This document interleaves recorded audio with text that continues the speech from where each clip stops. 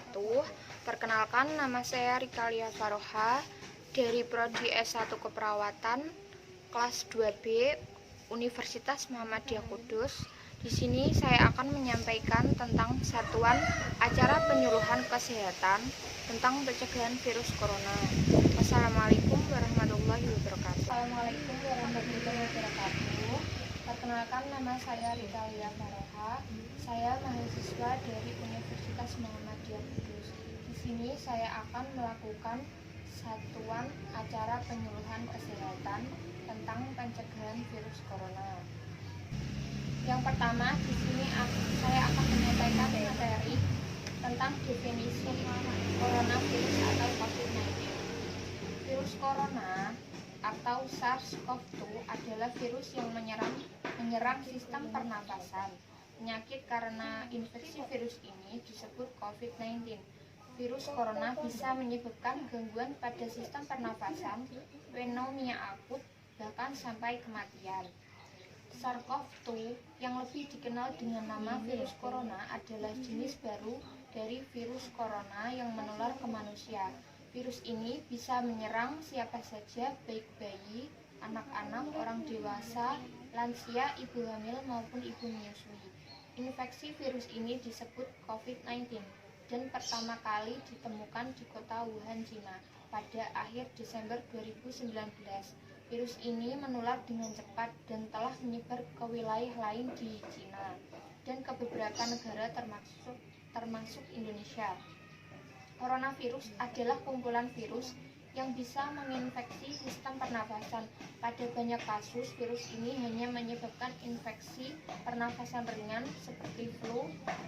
Namun virus ini, menurut penelitian, gejala COVID-19-nya ini muncul waktu 2 hari sampai 2 minggu setelah terpapar virus ini, menyebabkan infeksi pernafasan berat seperti infeksi paru-paru atau pneumonia. P43 adalah virus corona manusia yang lebih umum di beberapa bagian dunia.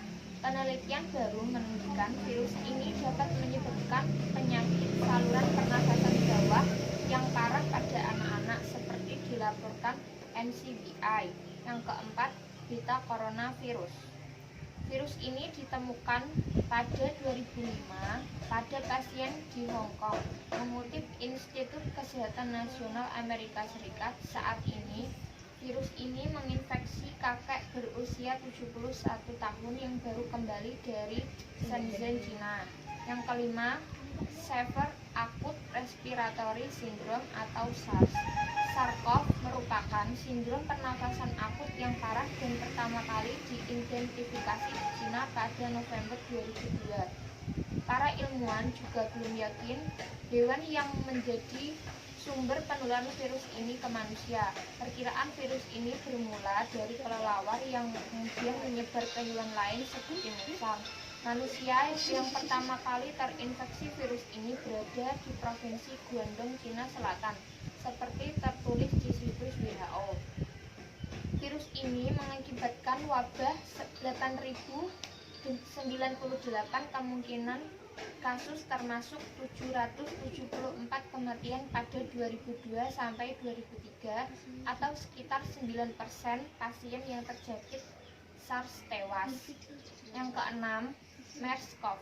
MERS-CoV pertama kali diidentifikasi di Arab Saudi pada 2012. Hingga 1 Agustus 2013 terdapat 94 kasus MERS-CoV dan 47 meninggal. Negara yang terjangkit seperti Arab Saudi, Yordania, Qatar, Uni Emirat Arab, Inggris, Jerman, Prancis, Italia, dan Indonesia.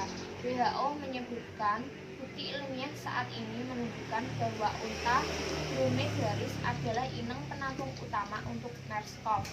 Unta ini juga menjadi penular infeksi MERS pada manusia. Namun, peran pasti unta dromedaria dalam penularan virus dan rute penularan yang tepat masih belum diketahui. Dan yang terakhir adalah pada 2019 novel coronavirus atau coronavirus COVID-19. Virus corona jenis baru 2019 ini dapat menular dari hewan ke manusia dan antar manusia. Gejala yang dialami orang ketika terjangkit virus ini antara lain batuk, flu, demam, sesak napas, kesulitan pernapasan, gagal napas, gagal ginjal hingga mengakibatkan kematian. Sampai saat ini kemunculan virus corona jenis baru di pusat kota Wuhan, Cina maupun laju perkembangan dan mutasi virus corona belum dikaitkan dengan tampak perubahan lingkungan seperti berkurangnya tutupan lahan dan perubahan iklim atau cuaca. Yang ketiga, gejala virus corona. Infeksi virus corona atau COVID-19 ini bisa menyebabkan penderitanya mengalami gejala flu, demam, pilek, batuk, sakit tenggorokan, serta sakit kepala. Gejala penyakit infeksi pernafasan berat seperti demam tinggi, batuk berdahak, bahkan berdarah, sesak napas, dan nyeri dada. Namun secara umum ada 3 gejala umum yang bisa menandakan seseorang terinfeksi virus corona, yaitu demam, suhu tubuh di atas 30 derajat Celcius, batuk, serta sesak nafas. Penyebab virus corona. Infeksi virus corona atau COVID-19 disebabkan oleh coronavirus, yaitu kelompok virus yang menginfeksi sistem pernafasan pada sebagian besar kasus. Coronavirus hanya menyebabkan infeksi pernafasan ringan sampai sedang, seperti flu, akan tetapi virus ini juga menyebabkan infeksi pernafasan berat seperti pneumonia. Ada dugaan bahwa virus corona awalnya ditularkan dari hewan ke manusia, namun kemudian diketahui bahwa virus ini juga menular dari manusia ke manusia. Seseorang dapat tertular COVID-19 melalui berbagai cara, yaitu tidak sengaja menghirup percikan ludah dari bersin atau batuk penderita COVID-19, memegang mulut atau hidung tanpa mencuci tangan terlebih dahulu setelah menyentuh benda yang terkena cipratan air liur penderita COVID-19, kontak jarak dekat dengan penderita COVID-19, misalnya bersentuhan atau berjabat tangan.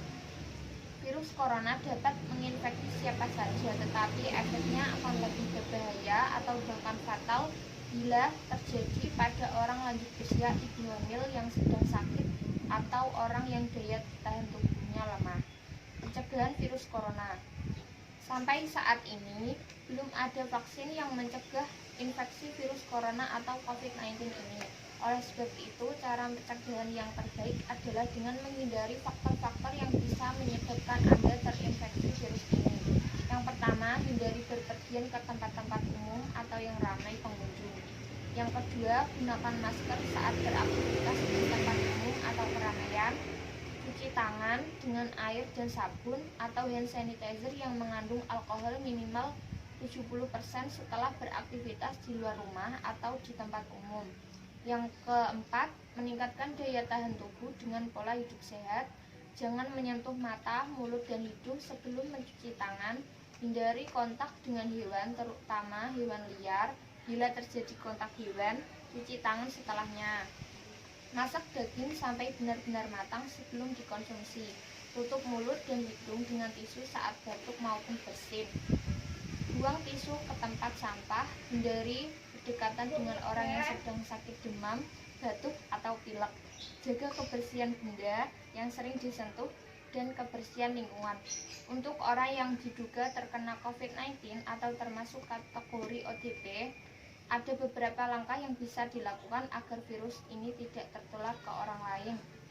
Jangan keluar rumah, periksakan diri ke dokter, usahakan untuk tinggal terpisah dari orang lain atau keluarga, larang dan cegah orang lain untuk menjenguk. Sebisa mungkin jangan melakukan pertemuan dengan orang yang sedang sakit. Hindari berbagai penggunaan alat makan dan minum, mandi, dan perlengkapan tidur orang lain.